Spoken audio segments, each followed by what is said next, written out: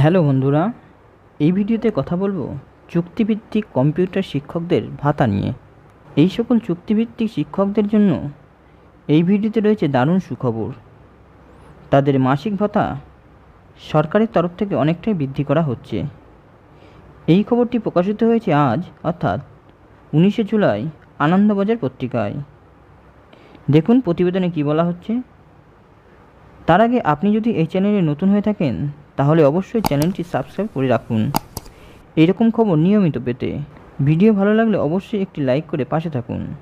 বলা হচ্ছে চুক্তিভিত্তিক কম্পিউটার প্রশিক্ষকদের ভাতা বৃদ্ধি হলো। এতদিন তাদের মাসিক ভাতা ছিল 10,000 টাকার আশেপাশে।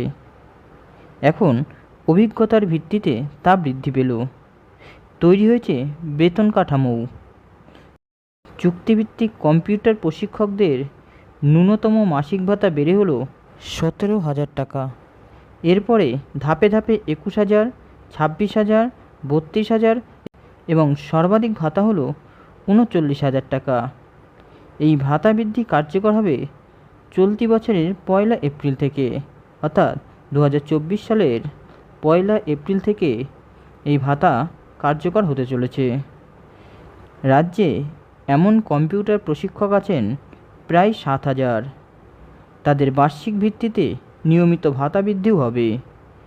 মাধ্যমিক শিক্ষক ও শিক্ষাকর্মী সমিতির নেতা অনিমেষ হালদার বলেন, শুধু ভাতা বৃদ্ধি করলেই হবে না, প্রতিটি স্কুলে কম্পিউটার প্রশিক্ষক রাখতে হবে।